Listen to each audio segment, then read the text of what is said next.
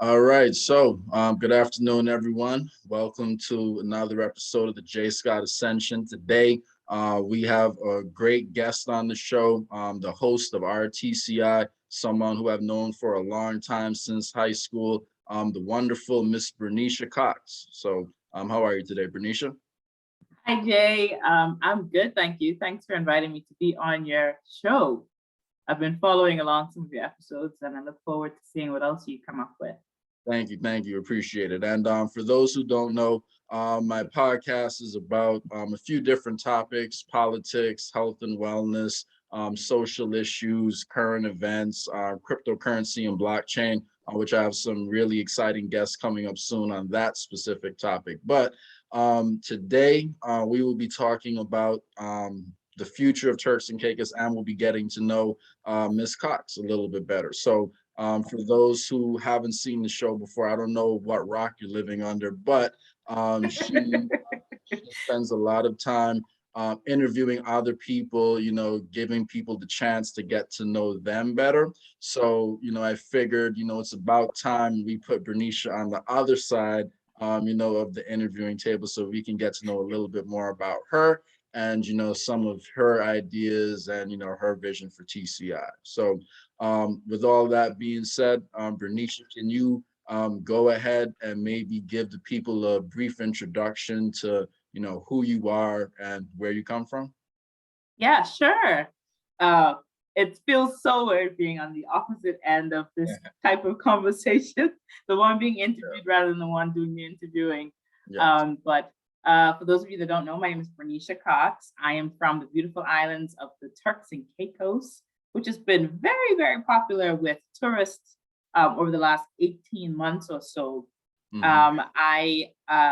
I'm the host of a podcast show that airs live on Facebook called Our TCI that I started during the lockdown to touch on issues that affect Turks and Caicos today, what we're thinking about for the future, and looking backward as well, and the lessons that we can learn from that. So as Jay has mentioned, I have been able to interview and meet people from all kinds of different walks of life, covering politics to people who walked alongside and fought alongside our country's only national hero, the Right Honorable James Alexander George Smith McCartney, who was the first chief minister of the Turks and Caicos Islands, and speaking to people about education and how we can continue to reform that space, talking to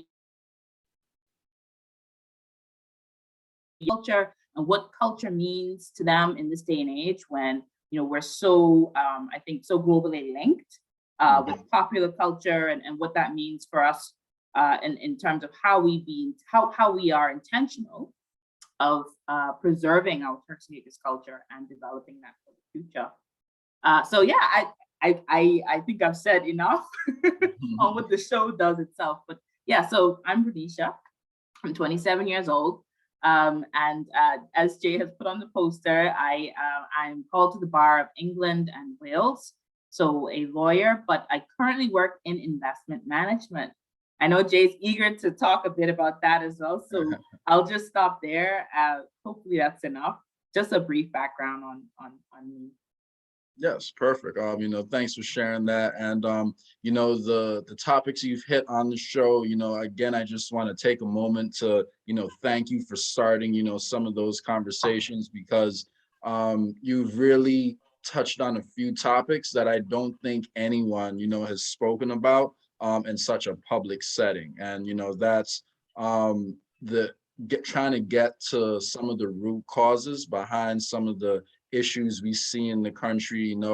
There's a little bit of tension sometimes between natural born Turks and Caicos Islanders and Oh people, dear, yeah. yeah, people who are from other places. There's a lot of debates going on, like around that specific topic. And you Yeah. brought on exactly, and you brought on people from all sides of the spectrum there, and you've really helped, spark some of those meaningful conversations. So Well, I hope to continue to trouble the waters on that particular topic. I didn't mention it when I was talking about myself, but you mentioned it. I did do a series on what does being a Turks and Caicos Islander mean to you. And I spoke to people of Haitian descent, Dominican descent, people who identified as Turks and Caicos Islanders, those who were born in Turks and Caicos and can trace all the way back 4 and 5 and 6 generations, and those who became Turks and Caicos Islanders by way of naturalization. So they might have been born in the Bahamas as well, but they grew up in Turks and Caicos, or decided to make Turks and Caicos their home. And I hope to continue to have those kinds of conversations, which can sometimes be a bit uncomfortable for the person that's in the hot seat, as well as the people that are watching, because we're actively challenging views that we sometimes have cultivated since our childhood. But I look forward to digging into that a bit deeper for the next season, which will be starting soon. People have been messaging me, asking me what's going on. Yeah, no, I can imagine. And like, I think, it's a particularly important topic because in order for the country to move forward, getting everyone on the same page and recognizing that we all want, the same goal, and that's, a Turks and Caicos that works for everyone. I think that's a really important conversation. But on the other, side of that specific coin, I'm not going to sit here and say that there isn't a reason why, there is a little bit of animosity coming from Turks and Caicos Islanders, because, or even, well, I think animosity might even be a strong word to describe it, Jay, because so I think you and I have spoken about this privately, and the understanding behind why those who identify as Indigenous Turks and Caicos Islanders feel strongly about accepting others, or they feel as though they don't really have the same opportunities to compete.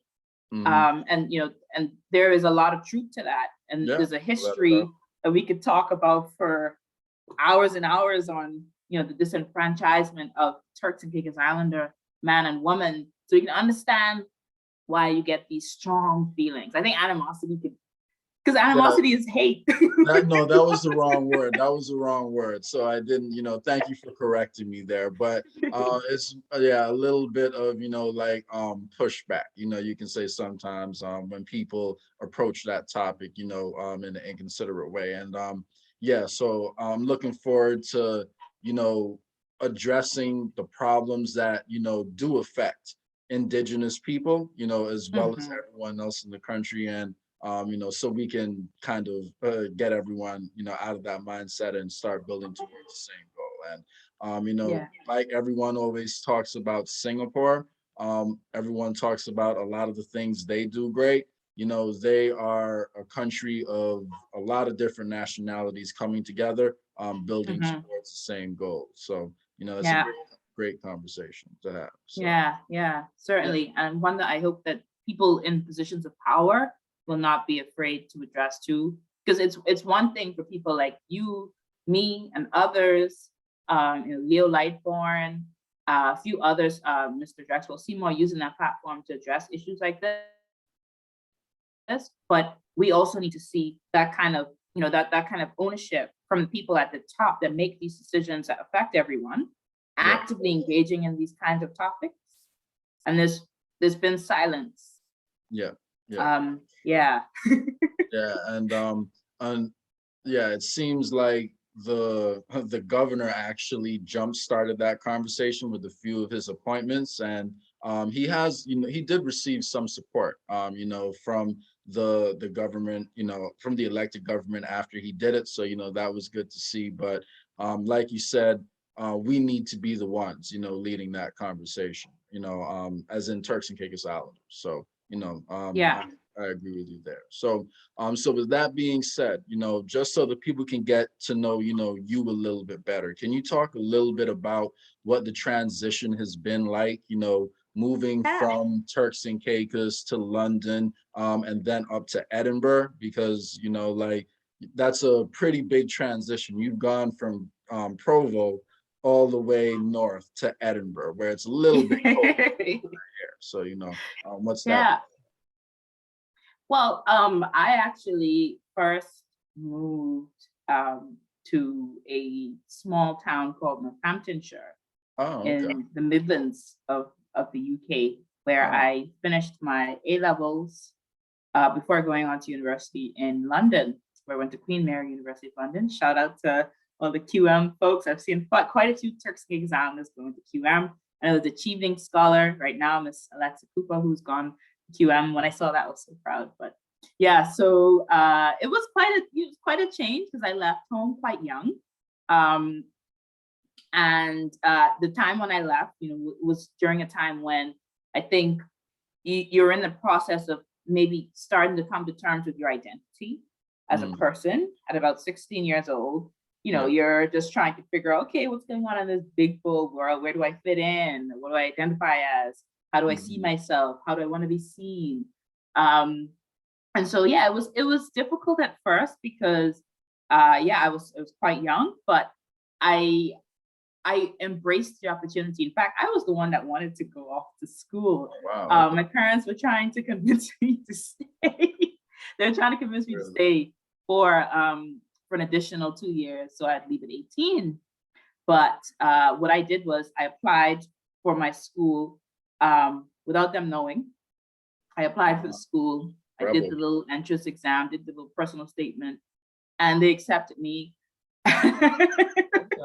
So and I said, they found out after the acceptance. That was in there. Oh, wow. I was like, by the way, I got accepted into the school. And they were like, oh my gosh, okay, she's very serious about this. Yeah. And so they went to London to see the school. And they were like, okay, this is in London. We're not too sure about our daughter being in London at 16. So let's look at another school. So they went and looked at Bosworth Independent College, which is in Northampton. And I trusted their judgment. The school gave me a scholarship because I got all A's in my GCSE exams. So it was then that I made the transition. And for the first year, I'd say it was very, very tough because I really missed my family. That was when we were using BBM. That was before WhatsApp. I think you used to have to pay for WhatsApp. I remember paying $1 or something like that to download WhatsApp. Cents. Yeah, start out 99 cents. So people think WhatsApp has always been free. No, I had to pay for WhatsApp. And I think it's technology that really helped to make it easier for me to get used to being away from my family, but also still being in contact with them. The hardest thing for me, though, Jay, had to be the fact that my little brother was 2 years old when I left. Okay. And I'd always been really, really, really close to him. Some people tease me and they call him my shadow, but we've always been really close. And because of technology, we've been able to continue to, to spend time with each other. And I come home as often as I can. I remember the first year I was at home for Easter, Christmas, and the summer break. Oh, every break, right back. That's yeah.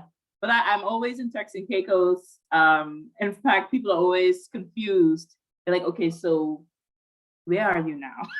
Yeah, no, when I first started watching RTCI, I didn't even realize that you weren't living in Turks and Caicos, when I first started watching it. So yeah, I know you're always back and forth. So never lost touch. So that's good. Well, I was just working from Turks and Caicos for a few weeks just in September. So yeah, I have that flexibility with my job to be able to work from different places in the world, so long as I have my handy dandy laptop. Okay, that's good. Working remotely is a great tool that's been explored a lot more, during these past couple of years. So, and that's one of the trends that's predicted to pick up a little bit more.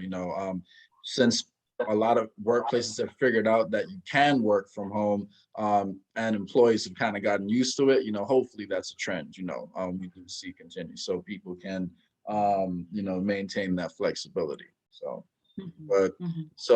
but other than that, so we've learned a little bit about who you are. We've learned a little bit about your transition from Turks and Caicos to the UK. So I also know there was some recent pretty big news in your life. I've already told you this personally, but again, congratulations, on your engagement. Thank you. You're about to be married, very soon. So with that being said, I just wanted to, ask you for two things. one piece of advice or dating advice to the ladies out there, Oh who are God. looking to find a quality partner, and then one piece of advice to the guys out there who would like to attract, a quality woman such as yourself. So, what would you say to those two groups of people? Oh, okay. So for the ladies, I would say, don't be so quick to buy into this narrative that the man of your dreams or your soulmate has to look a certain way or earn a certain amount of money or have a certain level of education or come from a certain type of family. Because when you do that, you limit yourself, you limit your own possibilities, because your soulmate might be someone that you are meeting in a time of transition in their life. When we meet people, we're all at different stages in our journeys. Very true. And what you're looking for is a purpose partner, someone who can help you fulfill your purpose and recognize your purpose if you're still at that stage where you don't recognize what your purpose is. And you can also help them and you help each other. And that could mean you're at different stages in life or you're at similar stages in life. But I would say don't be so quick to limit what you think your purpose partner will look like or sound like, or where they come from. That would be my piece of advice, because I've just been seeing so much on social media where women will say, "Oh, if my man's not making 100,000, that ain't my man." And I'm just like, sis, what? It's like and everyone would love someone like who makes like a lot of money. However, there's so few people that are actually in that bracket. That number one, like you said, you're limiting your options, but number two, what it's done is it's created a situation where the men who are in that like situation sometimes feel like they can take advantage of it, because if they realize that's all the women who are interested in them care about, then they don't have to work on other parts of themselves. exactly, and they can do So whatever they want. exactly. So you want someone who is going to love you, when you don't look so good, when you don't have the makeup on, when who will be there for you when you're in the pits of despair, who can lift you up, who can pray with you, pray for you, who can support you. And you can also do the same for them, not just someone who can write a check and say, go shopping whenever you have an issue, but you can't even sit down and talk about what the issue is. Exactly. And then for men, my piece of advice to you would be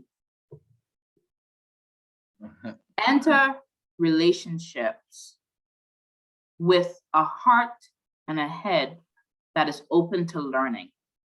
I say that because a lot of men go into relationships thinking that they are the bee's knees, they don't need to do any work, and it's the woman that needs to rise to this occasion or standard that they feel is required in order to date them.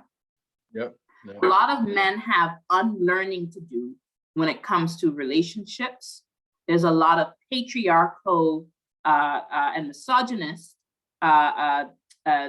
things that we have embedded within us as a society that can often create stumbling blocks that will keep your relationship from being an open environment where you can both learn, grow together, challenge each other, in all of this in love, and when you have a man that's not open to learning and unlearning some of these things, it stagnates the relationship, it stagnates the potential. And then you go on to date other women thinking, okay, I've made it, so I don't need to do anything. You basically need to do what I need you to do, and I'll keep the money rolling. I'll keep this. No, you need to be open to learning and recognizing that you might not have it all together. Yeah, and I think that's a really important point, because we've had, patriarchy in the world, for a very long time. And while the world has definitely made some progress, like over the past, 100 to 200 years, we see that there's still a lot that can be fixed in the world. So, moving out of this mindset where, you know, men always know best, you know, I think that would be really beneficial, you know, like for the world Yeah. overall. And that takes, And it's been proven that two heads are better than one. Can you imagine if we have a problem as a couple, there's a problem that we're faced, and you by yourself think, okay, I have all the answers, I can deal with this problem. Mhm. And then it doesn't go how you thought it would have went. You come back and you're back at square one now with your partner. And she might have even had an idea that would have caused that problem to be solved. But because you feel I'm a man and I must not, this is my turf, you stay in your turf, I don't want to hear anything from you. You literally have caused yourself to be stuck in this loop with this problem that could have been solved if you had sat down and listened to your partner, or you both hashed it out. And she challenged, okay, but why do you think of it this? Why did you think of it in this way? How about this? And then you counteract that with, okay, I take that. I think that's great, but this isn't good. And I think this would, you know, I think so much more can be done and accomplished. Exactly. If we go into relationships with an open heart and an open mind to learn about each other, learn about yourself. Agreed. You can't be afraid to challenge each other, you know, like when necessary. And that doesn't mean it has to be an argument or, you know, No. a fight or something like that. You have to be able to communicate, you know, like where you just Yeah. kind of, you know, like, yeah, accept each other's opinions. And then you have to figure out the best way to move forward. But we know that, you know, men and women often think like a little bit differently. So when you put both heads together and, you know, you're It can both be amazing. problem, It can be exactly, amazing. you can get more ways and more solutions to solve a problem than if you're thinking of it from, you know, one perspective alone. So that's it. And my overall advice would be communication. I mean, you Yes, literally said it. My overall advice to men and women, exactly, communication, communication, exactly. communication. And Yeah, that I know goes sometimes. both ways. Exactly. And that Yeah. goes both ways because oftentimes, like you pointed out, men are quick to point out to women what they want them to do, but then women might not communicate with men or, you know, properly what they want, you know, the men to do. Like sometimes women want you to just kind of read them and figure it out. And yes, there's a certain amount of that you should be able to do. You should know your woman, you should be able to And look. then sometimes men just want you Yeah, to do as I say yeah. and not as I do. And that can't work because, Yeah, you know, you need to communicate. And then communication doesn't mean just saying what you think, but yeah, listening, active exactly. listening to each other. Yes, You know, listening is such an important skill that many of us don't utilize or try to improve. I You know, agree. and even I struggle sometimes with listening. I have to challenge myself, Brenesha, you calm down and you listen.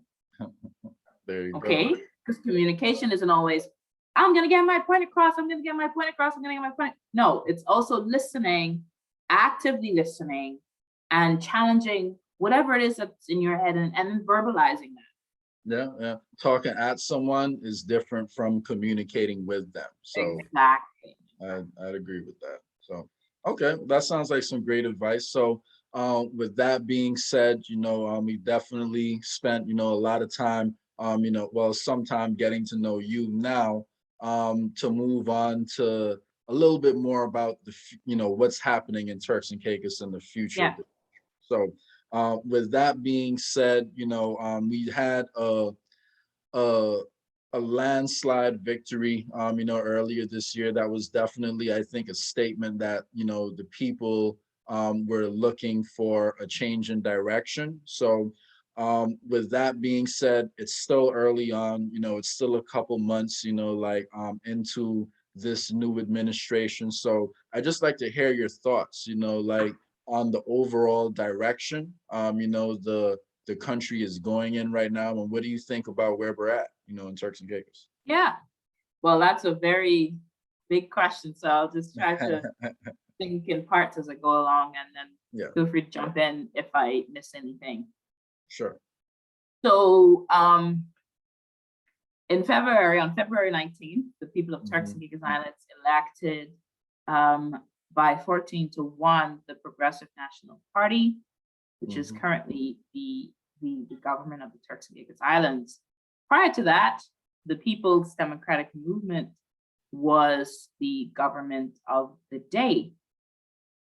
And I just want to reflect a little bit, Jay, on some of the changes we've seen worldwide over the past 12 months, to be honest with you, because Yeah. just next door in Bahamas, they had a recent election, and the PLP in the Bahamas, which was previously the opposition government, they won by a massive landslide in the Bahamas as well. I don't have the figures for sure right now, but it was quite a dramatic win as well. So that could be because people are frustrated about the overall situation, so it's like something we're seeing across the world. Yeah, and then even in the U.S., where you had, time will tell what how people feel about the current Biden Harris administration, but I thought that Trump might have still won in the U.S. I was thinking the same thing. I'm not gonna lie. The tides are changing, right? Yeah. And those are just some examples. I'm sure there are a few more other examples that I could draw on, but I think it's demonstrative of the fact that people are probably waking up to realizing that they could simply vote out a party if they feel the party is not performing in the way that they had hoped. Yeah. But then this is also worsened by the fact that we've been in a pandemic. Last year, a lot of people were out of work. People were at home. Not everyone is, capable of working remotely. So I've been quite fortunate, and you've been quite fortunate to have jobs where you could work from anywhere in the world with a laptop, but not everyone has been in that predicament. So a few people voted with their hearts as well, and trying to be practical, I guess. And they wanted some kind of change. Mind you, I am agnostic when it comes to parties. And the reason I say that, and I've never endorsed any parties during the previous election, nor during the 2020 election in February. And the reason I've never endorsed a party is because, one, I like to keep my options open. But I think it's important to have people who can talk to both sides of the coin and focus a bit more on what is really at stake, which is the future of Turks and Caicos Islands, right? That is, once we're done with all the rallies and the campaigns and the voting process, it's about the future of Turks and Caicos. That's just one event in years and years and years of potential development. So overall, I mean, my hope for Turks and Caicos is that we surpass every expectation that people have for us as a nation, as a people, as a culture. I truly believe that Turks and Caicos is capable of being more than the next Silicon Valley. I believe that we could be a breeding ground for some of the companies that solve the world's biggest problems, companies that are tackling inequality, social enterprises. We could literally be this utopia of how much better nation states can be run, or how much better countries can be. And one example I'll give you of that is we're such a small population that we could literally start to demonstrate to the world how a country can run on renewable energy. Yep. Exactly. I know in some countries what they've had to do is they'll trial it with a small town. We could literally do that on a wider scale for our country because our population is small. I saw someone posting a couple of days ago about how she lives in a 1-bedroom apartment and her power bill was $500. I saw that as well. And I was thinking to myself, like, $500, like, even if you were running the AC all day and you had 3 TVs on in a 1-bedroom apartment, which I don't even know how you could have that many in there. How did it get all the way to 500? And just to put things in perspective, can you guess what my power bill was, Brenesha, this past month? Under $200. $46. $46. I live in, and here's the thing. I run my AC all day. And you have AC. I run Well, my you know, AC all day, and it's $46. And okay, yet in that Turks and Caicos is 500. How? I don't get it. But my power bill was 125 pounds for about almost 2 months. wow. Which is about it's a bit less than $200 for 2 months. Yeah, so around $100 a month. So yeah. I mean, I know that scale is an issue, obviously, because we're such a small country. So it goes without saying that you live in a big city. So obviously the cost of energy will come down lower because the power company has scale. Yeah. And we don't quite have scale because our population is so small. However, that is not to say that, you know, the $500 for one person is conscionable. I would like to see her bill and understand, you know, how it's been calculated and what it was like over the last 12 months. Maybe even like plot a graph to see how that's changing. Exactly.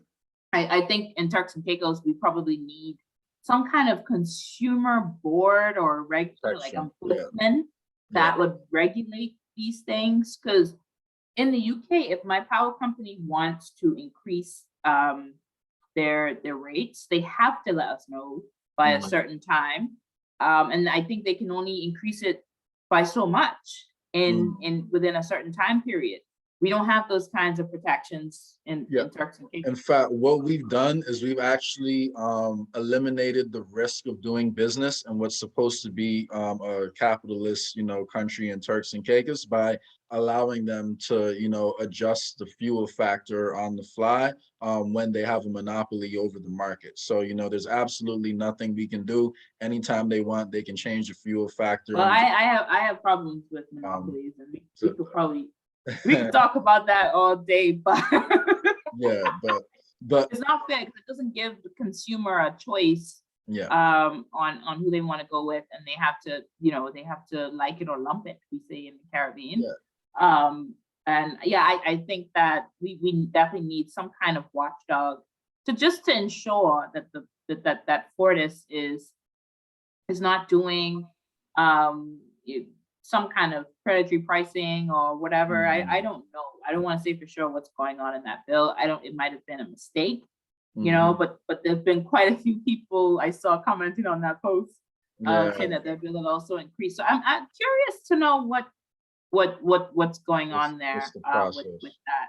But just to bring it back a little bit to over the recent months in Turks and Caicos, I think this current administration has started to do put the groundwork in place for a lot of progress for the future.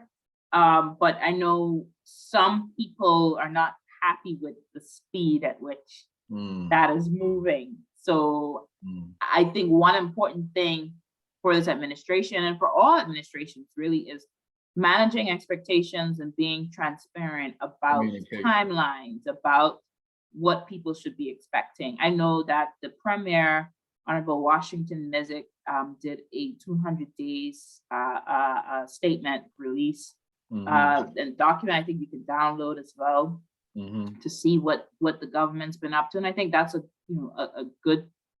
good thing to do. But at the same time, I've been seeing some people feel unhappy with the pace at which things are moving. And I know there's certainly always more that can be done. And the previous administration had put in some things, you know, how things take very long in Turks and Caicos. So they started some stuff and then it's being finished under this administration. So some tit for tat from people on who should take the credit for this or that project, which in the grand scheme of things is quite silly because at the end of the day, it's all about Turks and Caicos. Exactly. And I would like to see us stop being so focused on party affiliation and be more focused on, okay, what does this mean for us as a people? What does this mean for us going forward? what does this mean for us right now? Us, not you yellow, you blue, you green. Like, no, that all of that just causes us to lose time and lose track of what is really at stake, who's the real enemy, and so my hope for the future of Turks and Caicos is that we really start to wake up to and realize what is going on in our country, and try to put our heads together. Like, can you imagine how powerful it would be if we really all came together and tried to tackle big issues one by one, having symposiums where we invite people from across the floor to talk and contribute on a particular thing. And maybe it's renewable energy.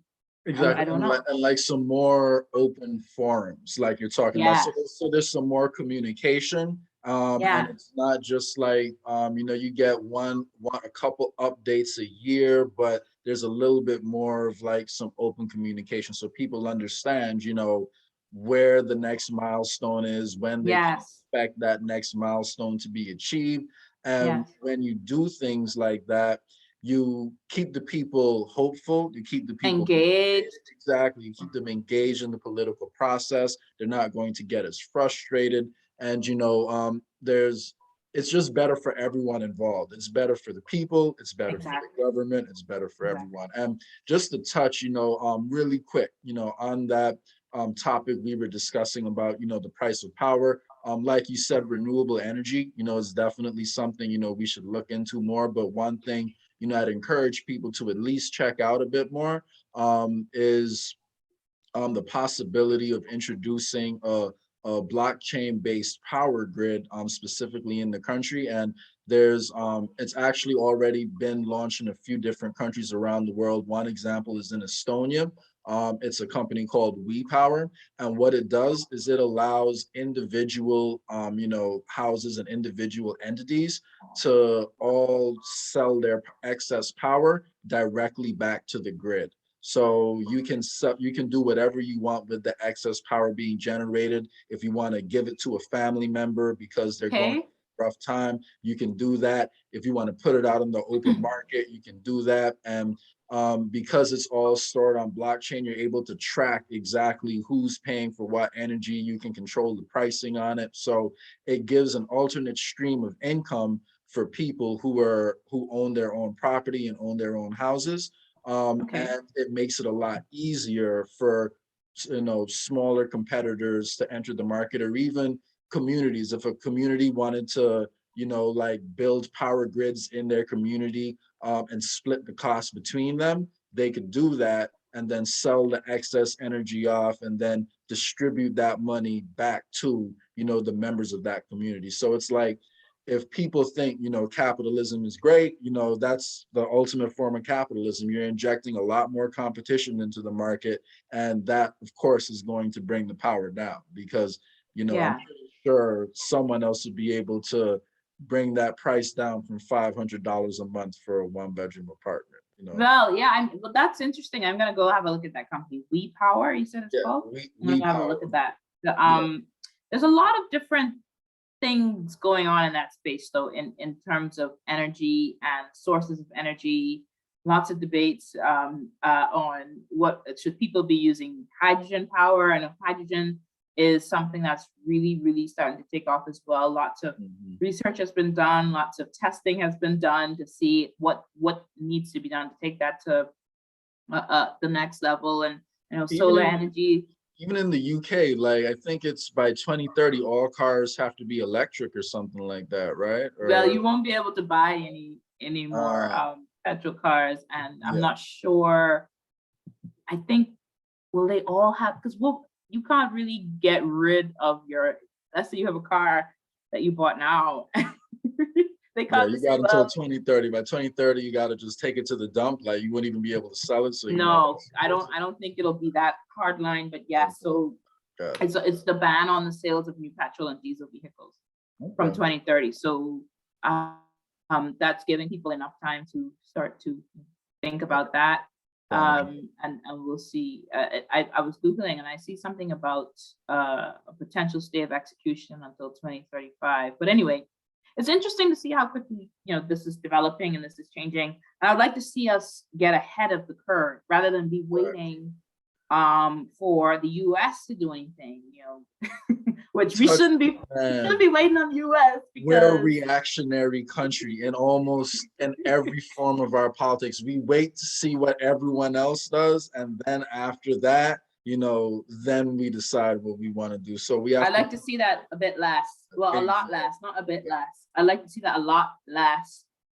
With us just, going forward with what we want to do, having obviously seeking wise counsel, getting advice, looking at what research is being done, even building more relationships with academic institutes.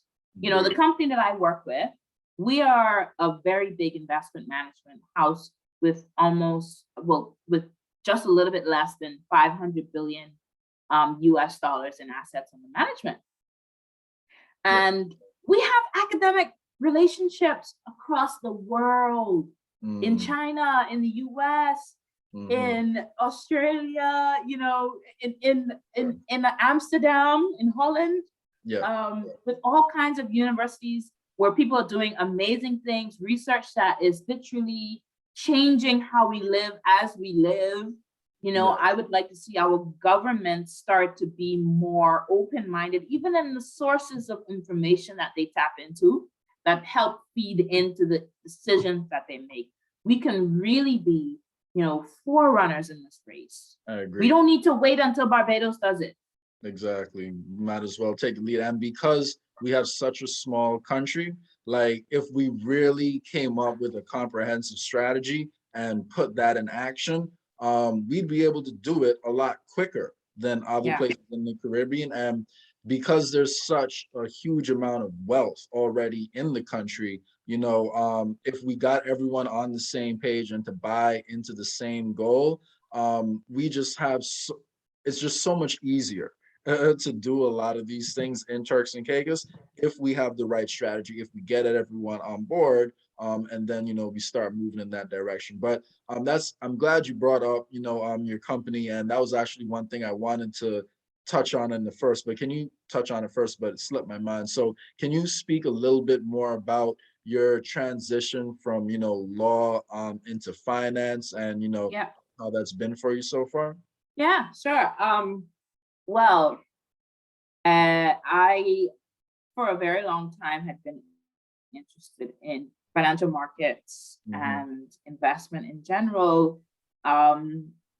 Whilst I worked at a few firms in the UK and in Turks and Caicos, I often, I was particularly focused on commercial law, so commercial litigation, and training with some of our top GCs in Turks and Caicos in particular. I found myself always being drawn to learn a bit more about our clients. So we had clients who were multinational investment banks. I won't call any names, but some multinational investment banks that all of you might be familiar with. You might have heard about them in the news. We had them as clients in little Turks and Caicos Island. And I found myself being continuously drawn to learning a bit more about the client.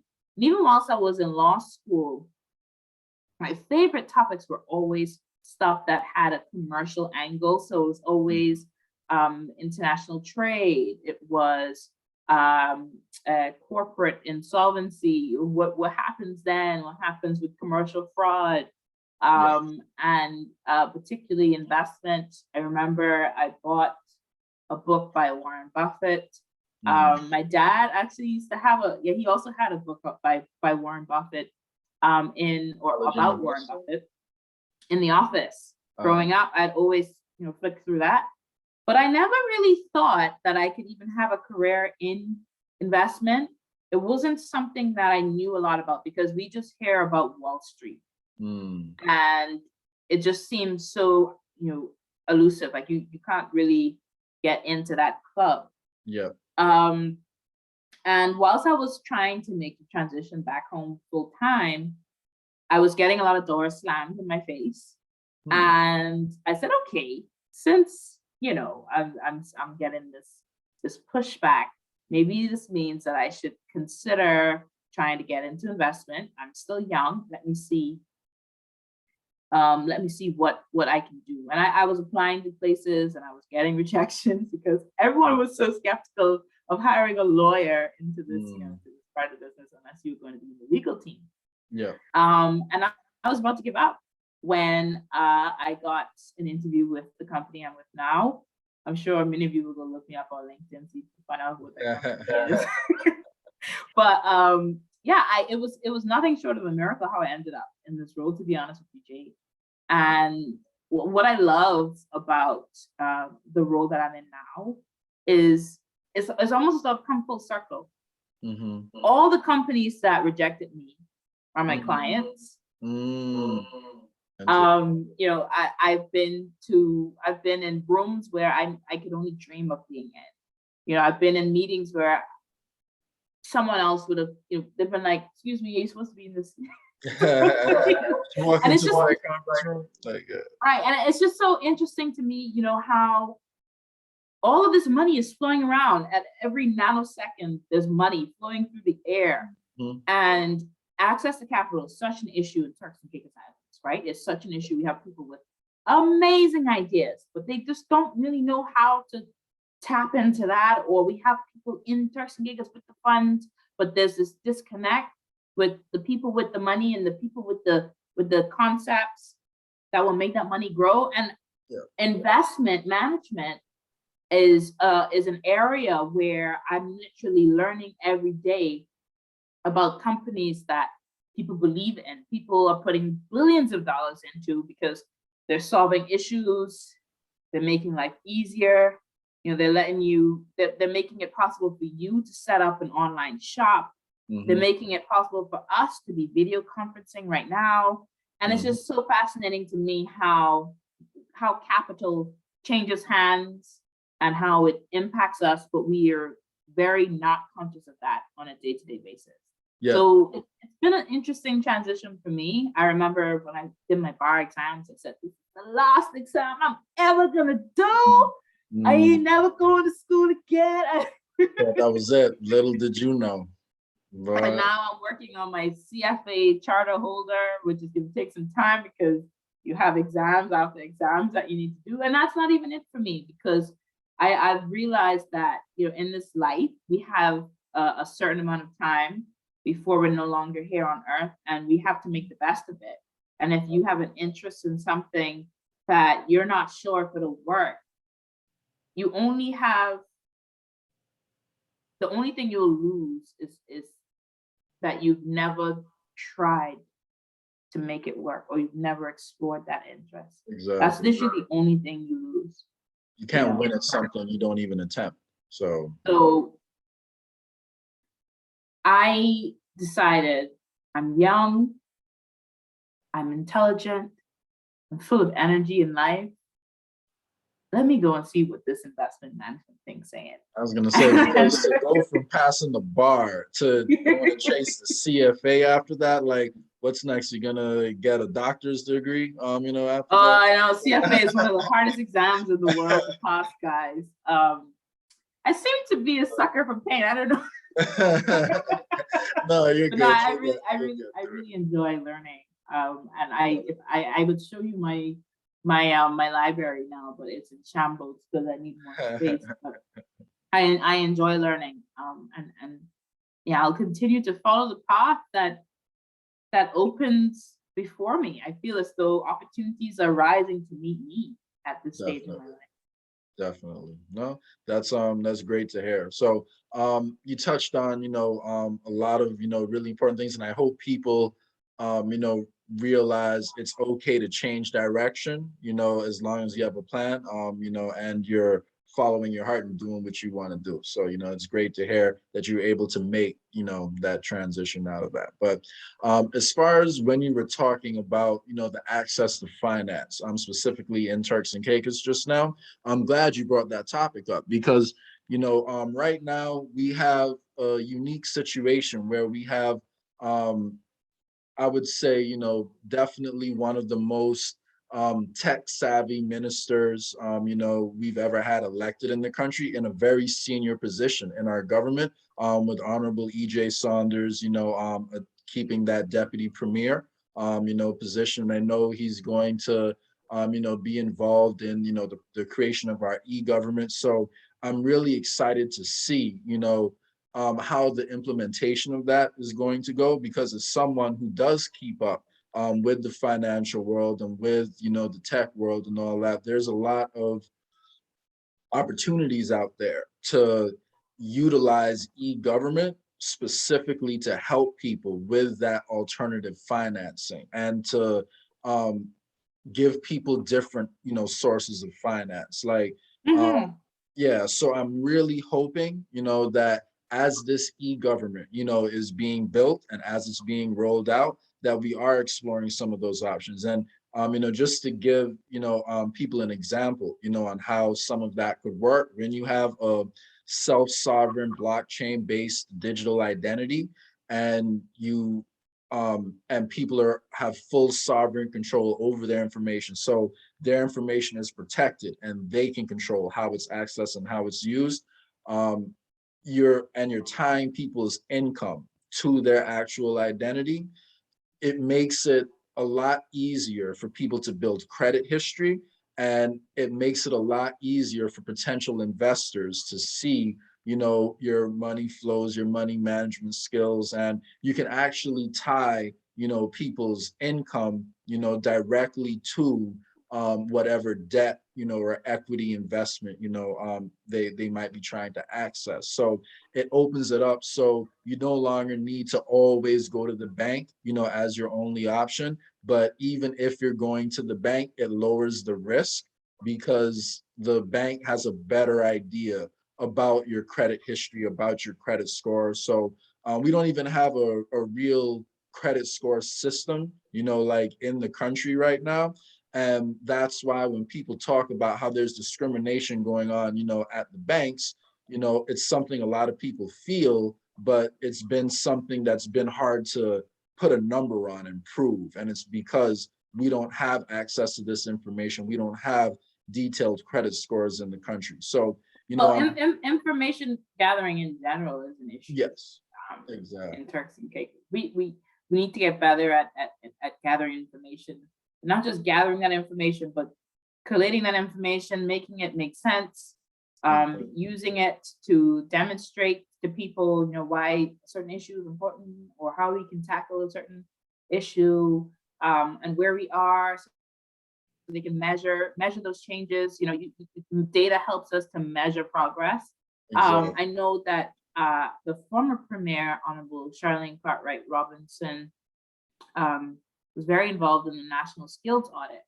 However, and she was very keen on information gathering, which I think there were quite a few projects where there was some information gathering. But the problem was sharing that information. Yeah, didn't really As go out. well. There's a lot of stuff that we still don't really know what's the outcome of Yeah, some of that. So that's one thing that we definitely get better at doing. But you're right, Jay. I feel you. I mean, governments have to recognize that they have a role to play too in opening up those avenues of accessing capital. I know that Invest TCI. I think it's the correct name. It should be changed up. Invest TCI is currently looking for a consultant to help them broaden, I think, their services or their vision or their mission. And hopefully that might be an indicator of that body potentially being used a bit more to tackle the access to capital issue that we're having in Turks and Caicos. I don't know for sure if that's what's going to happen, but I'm encouraged to see that it's something that people in a position of power are thinking about. But the other thing I mentioned to you, Jay, is literally there are billionaires in Turks and Caicos. There are billionaires that own homes, that live. You see them in the grocery store. You see them when you go to the airport. They live in Turks and Caicos. And one of the challenges for us is we need to understand the importance of networking and even helping to get our brother or sister in a room with other people who are like-minded. But because of the color of their skin, we don't really mix. So that's the challenge, and recognizing that challenge too. But there's also people in Turks and Caicos who look like us, that are very wealthy, but not really taking the risk on their brothers and sisters. So there's a lot of work, I think, that can be done there. Yeah, I agree. And on that specific point, capitalizing on some of the people who are already there in the country, that's one of the reasons why I believe economic diversification, is so important. So people will have other ways to invest in the country other Yeah. than only tourism related businesses. And, Yes. that's why, one thing I'm personally, hopeful for with this administration is that there will be a lot more communication specifically on how they're going to diversify the economy and the milestones people should be expecting towards getting there. Like I know Yeah. Honorable Mizik's, latest press conference, he spoke about how they're going to be putting $1 million into Grow TCI to help kind of bolster the agriculture field. But I haven't really seen, like any detailed plan of exactly how that's going to work, what crops we're going to be focusing on, how they're going to be measuring the progress, like And these. is that just for, I guess, just for consumption within Turks and Caicos then? Because I don't know for sure what that These are means all good cost-wise. questions. These are all good Okay, questions. I Yeah, so I mean, I'm yeah. glad to see agriculture being something that is being talked about and looked at, because one of the episodes I had quite early on in my show was on food security. This was before everyone was chatting about food shortages, and Yeah. in the UK presently it's about gas shortages and not having enough drivers to deliver the food to grocery stores. And the prime minister is saying, calm down, we're not in a crisis.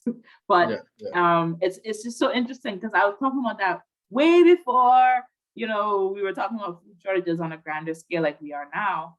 But food security is something that we will need to continue to think about, especially during a time where we're seeing the global temperatures rise every year. So yeah, that's something I'd be keen to hear a bit more on. But Jay, there's something else you mentioned on visibility and transparency and updates, regular updates. Now, Mr. Seymour wrote an article that I wholeheartedly agree with.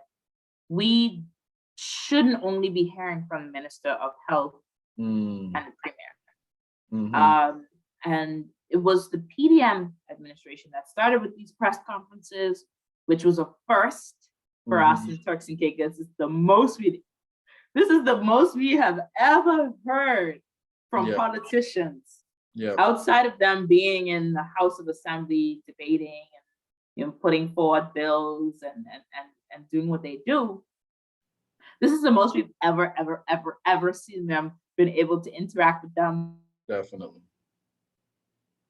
Virtually give questions, that sort of stuff. But I'd like to see that develop even further. The previous administration started it, and I thought this administration we would have heard from ministers more often. Oh, we've heard from the Minister of Education before someone fact checks this when they watch this. But and the construction minister, Honorable Akira Mizik, has also been increasing her visibility, and she's been doing quite a lot going between Grand Turk and Providenciales and all over with different projects and initiatives. Quite exciting. But I'd like to hear from more of the ministers. I'm not gonna lie. When I saw the article, I was like, yes, and I think one of the things that some of the candidates had said that they would do was they'd have regular surgeries where people can come and make an appointment and speak to their MP.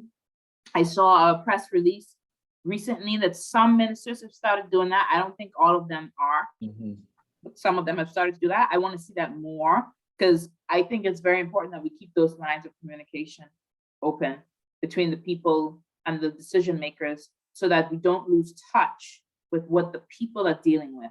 Because it's very easy to get consumed in the business of government and doing things and dealing with the red tape. But it's when you're cognizant that, yes, this is affecting people who aren't making the same amount of money as I am. And this literally could be the difference between them going hungry tomorrow and being able to provide for their families. So I would love to see that on a grand scale being embraced as well. So not just town hall meetings, but one-to-ones where people can really respectfully convey some of the issues and concerns that they're facing. Exactly, and it just makes it a lot easier overall for for the ministers to hear what's actually happening on the ground and just get ideas, from the people who are being affected the most. So, and yeah, even on that specific topic, you mentioned food security. I think it's more important, now than ever before, because not just talking about the global warming aspect of it, but the supply chain aspect of it. There's been, holdups and problems with shipping, like across the world right now. And we're a very small market. So we may not So be. we're the bottom of the priority list. Exactly. So we may not be at the top of their minds when they're trying to figure out, how do we get this out? And so, I really hope to see some more progress there and a clearer picture of what steps we're taking to do all these different things rather than, and again, I'm not trying to be overly critical, but just announcing an investment without breaking down how it's going to work, where it's going to go, and what return we're getting for this investment.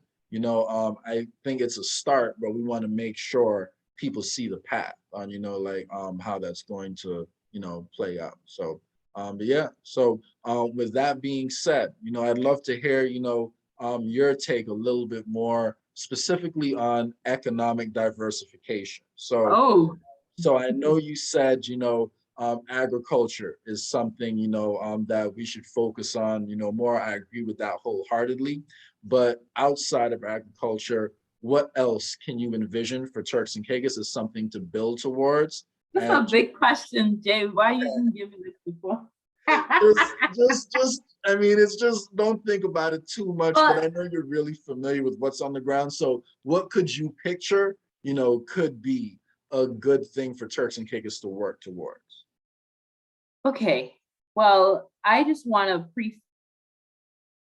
preface this by saying agriculture is quite a tricky one because there's a lot of debate on whether us investing in agriculture is just for the purposes of being able to sustain Turks and Caicos for certain items, such as tomatoes and green and leafy veg, for example, or what does that mean in terms of diversifying the overall economy? Because we're not really going to be making things, growing things to sell abroad, where there are nations who can produce items for much cheaper than we can.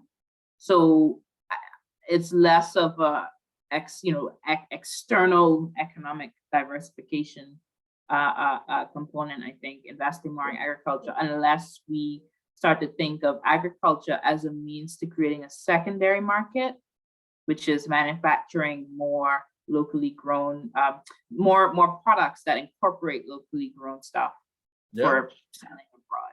I agree. So we could enter a supplement market, essential oil market, there are different things you can do with a lot of these products. But in terms of food security and in terms of lowering the cost of living, when you look at how expensive, the items are in the store, we can definitely bring the cost down if we're investing it in the right way. And again, I probably shouldn't be saying this publicly, but I do actually have a proposal right now, that I put forth, to the government that, I hope, they will consider to kind of address that food security need specifically.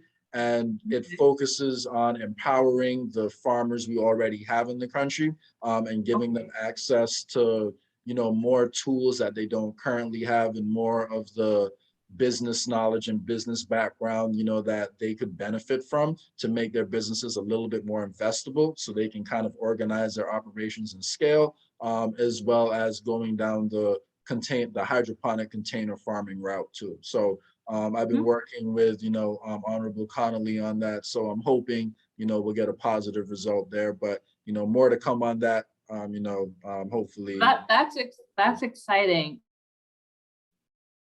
and this is a very interesting area because there's a lot of different things going on at the moment, even in terms of food production, with where you have companies like Beyond Meat that are making meat alternatives that can grow. They can grow. It's quite interesting. But yeah, Turks and Caicos, what can we start to diversify into? This could be a whole episode, but I'll try and keep it short and sweet. I know that some people believe that that we've missed the boat on financial services, but I wouldn't hasten to say that we've missed the boat entirely. I think we have time to get on a sailboat and catch the ship before it goes all the way out. And when I say that, what I mean is that there are niches that we can carve out within financial services. I would encourage you to not just think of financial services as us being a center for setting up trust companies, but it can be much wider and deeper than that. There's so many opportunities. We could become a hub for fintech companies, companies that are creating technology that makes financial services much better. We could become, a hub where we attract. Well, we've seen where China has been clamping down. Let me just go back a bit. We've seen where China has been clamping down on Hong Kong, and I think quite a few people have started to forget about that because we've just been so consumed with COVID. But China was clamping down a bit more and flexing her imperial muscles with Hong Kong a bit more over the last 24 months or so. Those guys are going to be looking for a new home.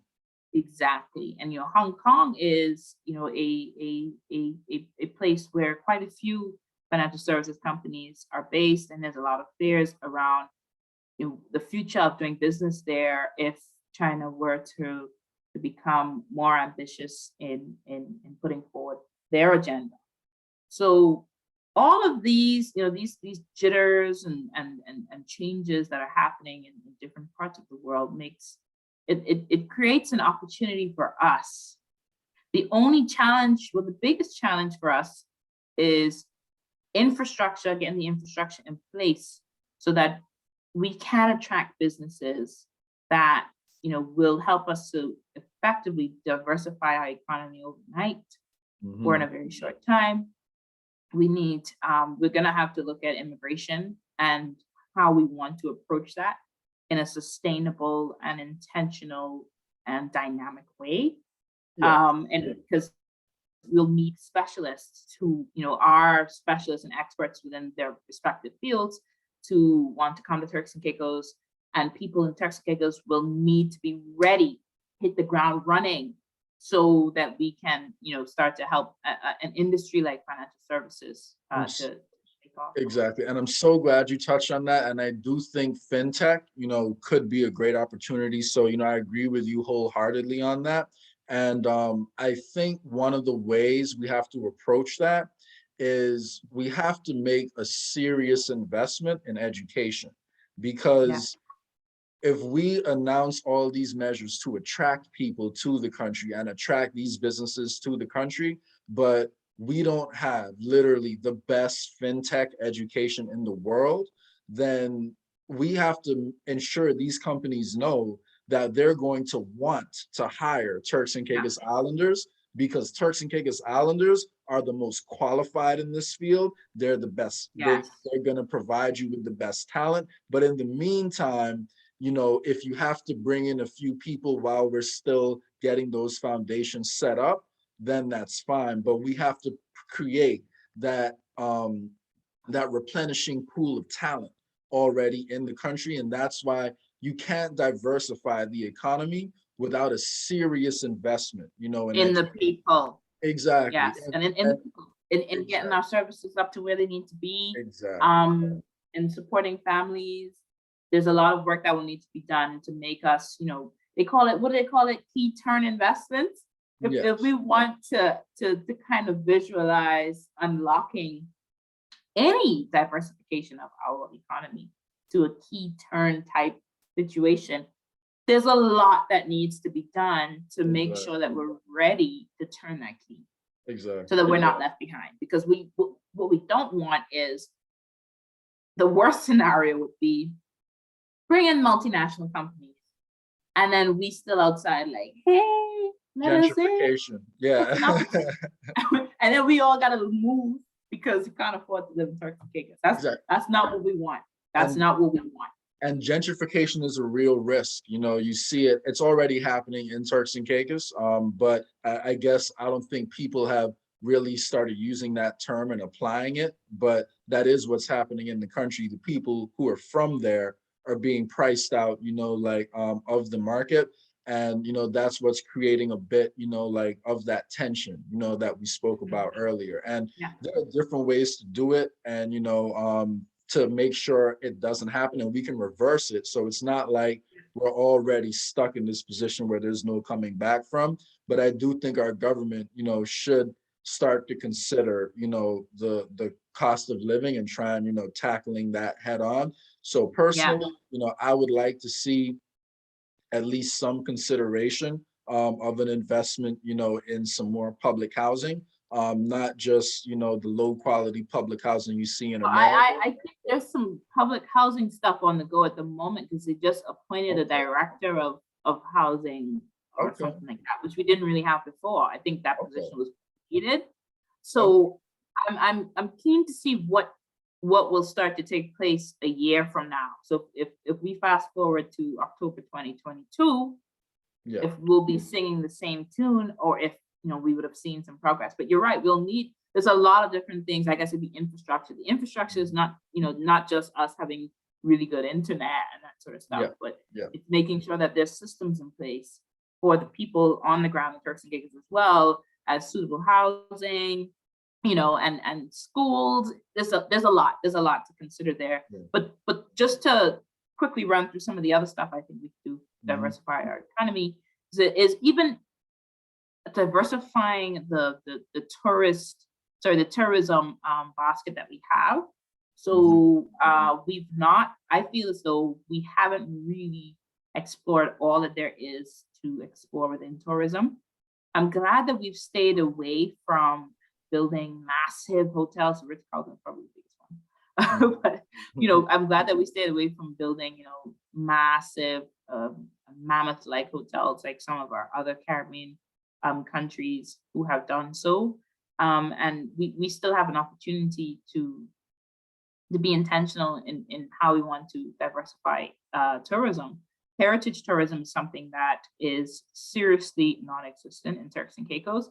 I know that our good friends over at the National Trust are doing a lot of work to raise their profile, get the information out there. But heritage tourism is something that we have not tapped into, and ecotourism is not something that we use it as a buzzword.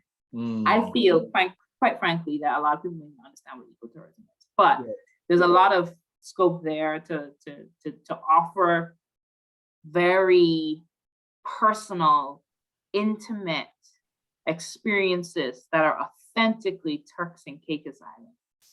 That's missing from the market. And then just to move on from tourism, one more thing in tourism is conference tourism. That's something that we could do a bit more of, and not just, you know, trade shows on all sorts of weird and wonderful things, but conferences where we're attracting talent and people who are dealing with groundbreaking discussions. That could actually be used to jumpstart the fintech industry. If we're starting these conversations, with the biggest fintech companies, with the biggest cryptocurrency companies, and we're inviting them to Turks and Caicos to, you know, hold these conferences, and we're giving them support, and we're the ones taking the initiative and setting it up, then we establish ourselves as a hub, you know, specifically for that. So you kill a few birds with the same stone, you know, you get more eyes on the country, you increase the tourism flow, and you start putting Turks and Caicos in their heads as a destination for something outside, you know, like of the beach, which is why if we have that really well communicated strategy, like Turks and Caicos wants to go into fintech, we want to be the regional fintech leader in the next 10 years, these are all the different things we're going to be doing. We're having a yearly conference where we bring in all the biggest names. We're investing in a school where we're going to make sure we have that local fountain of talent. Yeah, because can you imagine? Can you imagine, Jay, if we had like some of the biggest providers that are disrupting payment systems, right? That are literally changing the way we pay for stuff. Yep. Doing sessions in Turks and Caicos where their coders are there, their CEO is there, you know, people who can help even spark an interest within young people who are, they're not sure on, you know, how they can get involved, what careers they want to, like, honestly, the opportunities are boundless. But even outside of fintech, Jay, even outside of fintech, I know one thing that we haven't really done was build on the medical tourism thing that I think was attempted in previous administrations. That is something that is seriously underutilized in the Caribbean. Jamaica's trying, but they have so many legacy issues. Do you know how easy it would be for us to transplant a really good hospital in Turks and Caicos that is performing some of the open heart surgeries?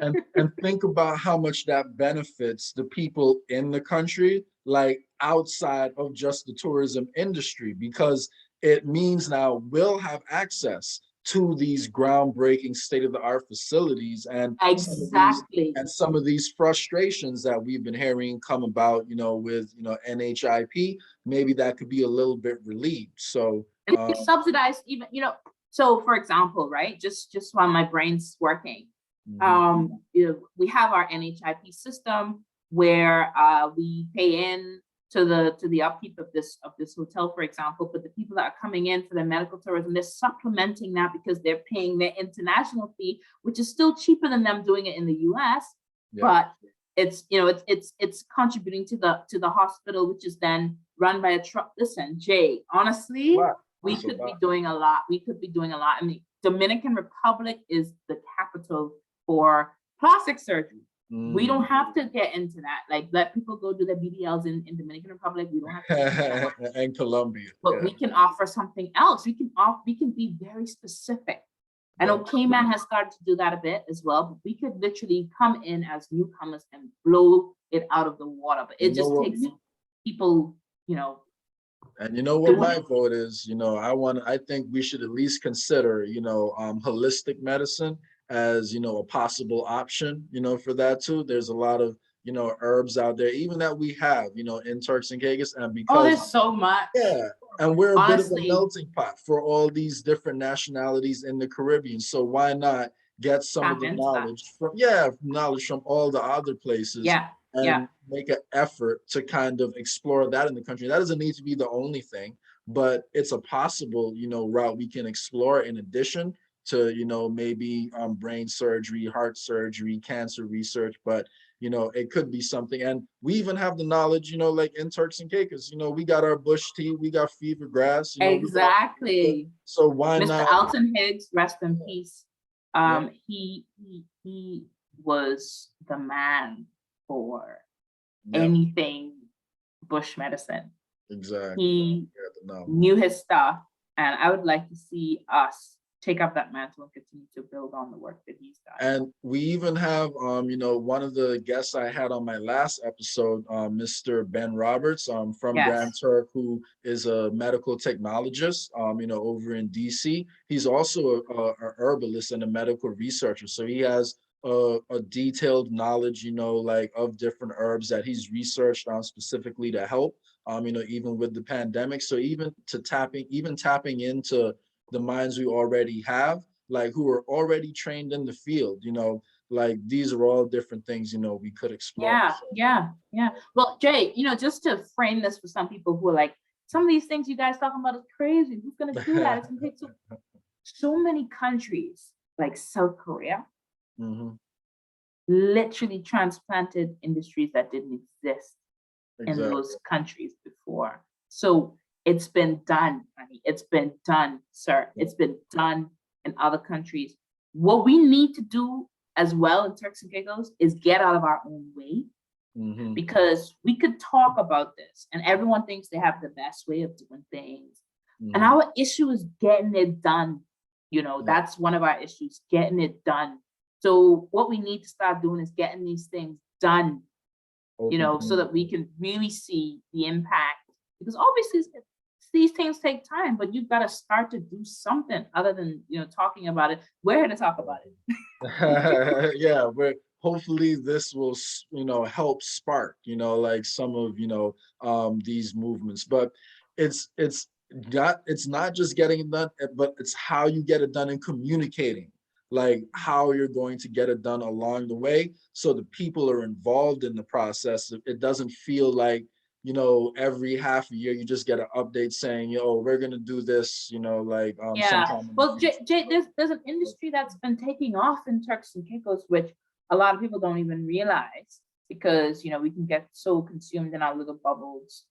And it's the film industry. There have been reality TV shows that were #1 on Netflix being recorded in Turks and Caicos Island. Can you imagine if we started to position ourselves as the place to come to in the Caribbean to shoot your stuff for your multi-billion-dollar budget films, like how Atlanta has created this place where people go to shoot films and have films edited and all that good stuff. And you think that the film was done somewhere else, but it's done in Atlanta? Shout out to Dom Roll. Shout out to Benson Williams. We have people, you know, like in the country working in the space. And what's his name? Rodney. Rigby. Rodney Rigby, exactly. He's been so quite a few people that have worked on the set of some amazing stuff, you know. And I think that this is an industry that could potentially, with the right support and understanding, could do well in Turks and Caicos.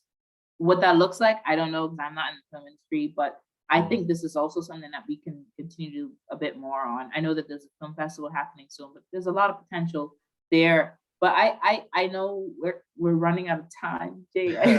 yes, we're approaching that hour and a half mark right now. And I know this conversation could go forever, because diversification, like we could have a conference on this and talk all day about it. So well, I think one of the best things for this government to do, if they're really serious about diversifying the economy, is invite the best and the brightest minds of Turks and Caicos to just come and contribute their ideas, irrespective of their party. And even get some industry leaders to come and talk, and maybe even do assessments on what they think could do well in Turks and Caicos. I think that we have got to get out of our own way and start to get some stuff done. But I had this quote that I wanted to share with you. I envision a Turks and Caicos Islands where we're the beacon in the region, and not just for our differentiated tourist product, but because of the scale and the sheer amount of technological advancement. It's resilient and informed population with a vast range of skills, logistical expertise and positioning, ingenuity and inventiveness, our specialist niche offerings, both in the region and in the world, a regional banking hub, not for legacy banks, but some of the best banks like N26 that are doing banking without borders, that serve the underserved, not just in Turks and Caicos, in the Caribbean, in the world. Around the world. Market-leading companies and brands, groundbreaking research centers, unparalleled commitment to arts and entertainment communities, world-class education system. And I think that we cannot, the time has passed for us to sit around and be waiting to be saved. We have to save ourselves and start thinking like industry shapers, market creators, and disruptors. I agree. That's a very inspirational quote, and you touched on a lot of important points in that. So I just like to double down on the education part. Let's invest in education and the community. Let's bring the people in. Let's talk more with the people. Let's consult with the people, make them feel part of the process, and really get them engaged. So, and it's a win-win. It's a win-win because we'll help to elevate each other, you know. Exactly. I agree. So, so on that note, you know, I definitely want to thank you for your time, Bree. You know, it's been great talking to you. And yeah, we'll be in touch. So have a great day. All right. Thanks a lot, Jay. You have a great day. Thanks, guys, for tuning in to the Jay Sadler Ascension. JayScottascension. There we go. JayScottascension. There we I go. tried. You're nearly there. Don't worry. Man. The Jay Scott Ascension. And we're waiting for our TCI to come back. So I'm coming back. We're coming back. We're coming back. okay. Have a good day. Good. All right. You too.